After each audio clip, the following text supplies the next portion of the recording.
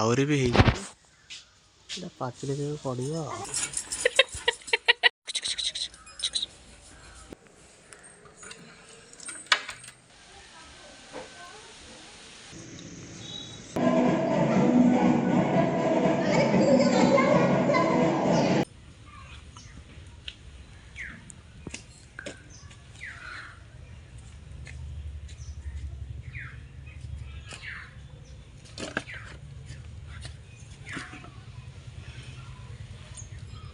ବାପା ଆମର ଚାରିଆଡ଼େ ଖାଲି ଗୁଆ ଗଛ ଲଗେଇ ଦେଇଛନ୍ତି।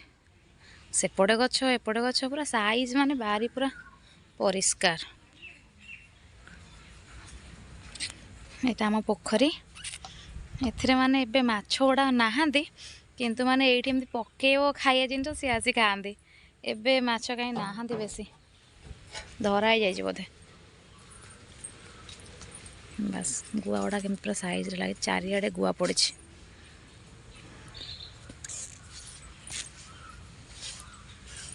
ଗୁଗୁଲ ପଡ଼ିଯିବୁ। ସେ କ'ଣ ହଉଛି ତୋର? ଖେଳୁଛୁ, ଗଳି ପଡ଼ିବୁ ଟି।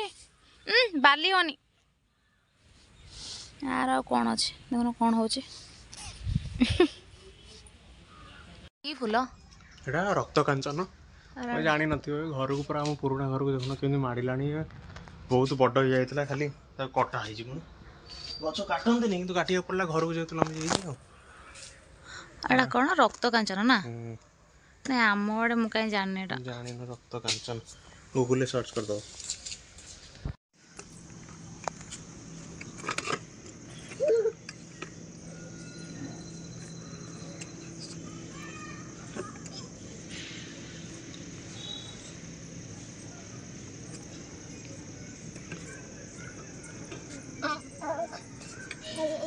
କି ଗଛ ଚାରା ହେଇଛି ଜାଣିଛୁ? ଲଙ୍କା ଗଛ ବୋଧେ।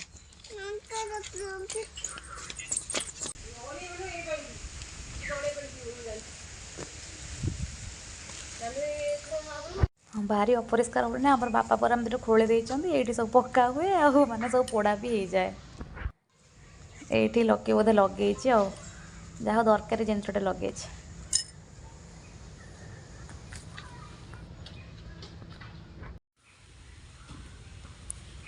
କାଲି ଗୁଆ ଗୋଟେ ହେଇଥିଲା ପରା।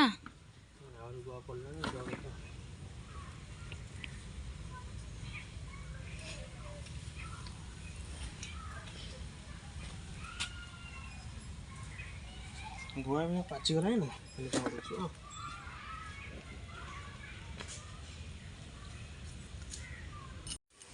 ନା 2 କେଜି ଗୁଆ ବାହାରିବନି। 2 କେଜି ହବନି? ଆହୁରି ବୁଲିବାକୁ ପଡ଼ିବ।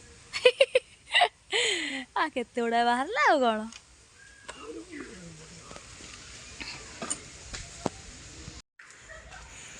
ସେଡ଼େ କୁଆଡ଼େ?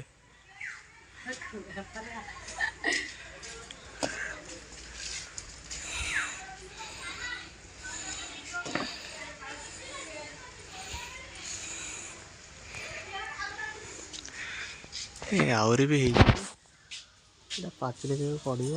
କୂଅ ଭିତରେ ପଡ଼ିଯାଇଛି ଗୁଆ। କୂଅ ଭିତରେ କୂଅ ଅବସ୍ଥା ଗଲାଣି, ତା ଭିତରେ ସବୁବେଳେ ପଡ଼ିଲେ କ'ଣ ହବ? ବନ୍ଦ କରିଦେଉନ।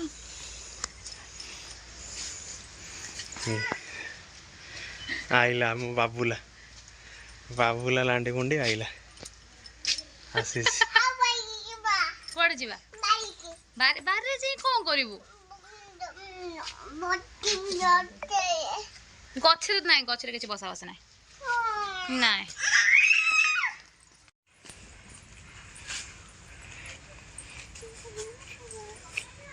ସେଠି କ'ଣ ଗଛ ଉପରେ ବସିଲେ ନା କ'ଣ? ବାପା ଗୋଟେ ଭଲ କାଟିକିରି କରିଦେଇଛନ୍ତି, ଚେୟାର ଆଣିବାକୁ ପଡ଼ିବନି ଘରୁ। ଶ୍ୱଶୁର କରିଛନ୍ତି ବୋଉ ପାଇଁ ଆଉ।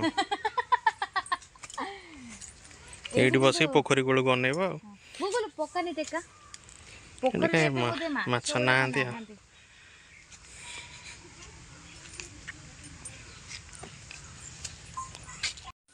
ଗଛରେ ଆମର ପୁରା କଦଳୀ ଫଦଳୀ ହେଇଛି। ଇଏ ଦୁଃଖୀ ଆତ୍ମା କ'ଣ କାର୍ଯ୍ୟ ବ୍ୟସ୍ତ?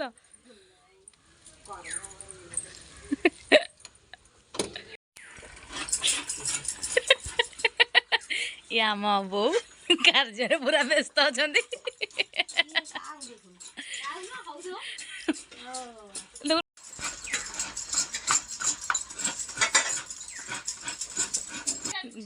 ଗାଈଟା ଆମର ପୁରା ଅତି ସରଳ ଦେଖ ଯାହା କଲେ ବି କିଛି କରିବନି ତା ପାଖକୁ ଯାଅ ଯାହା କର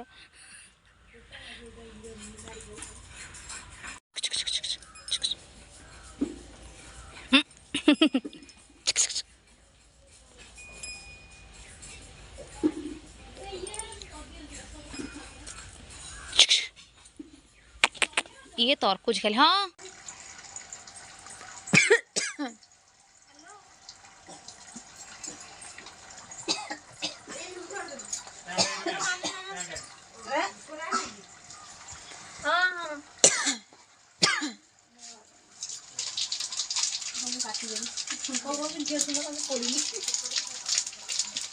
ପାଖକୁ ଯାଉନା ଟିକେ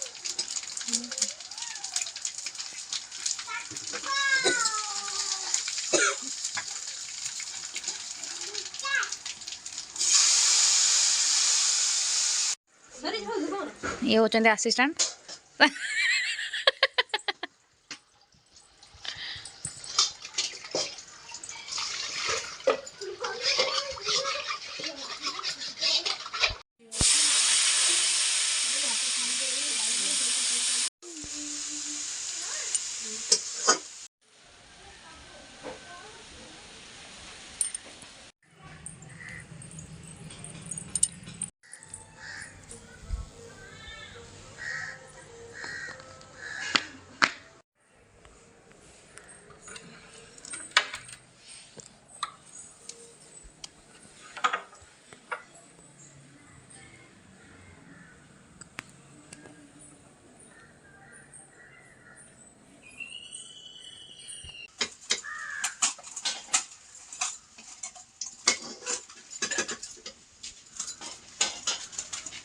पानी फेकड़ा पड़े बात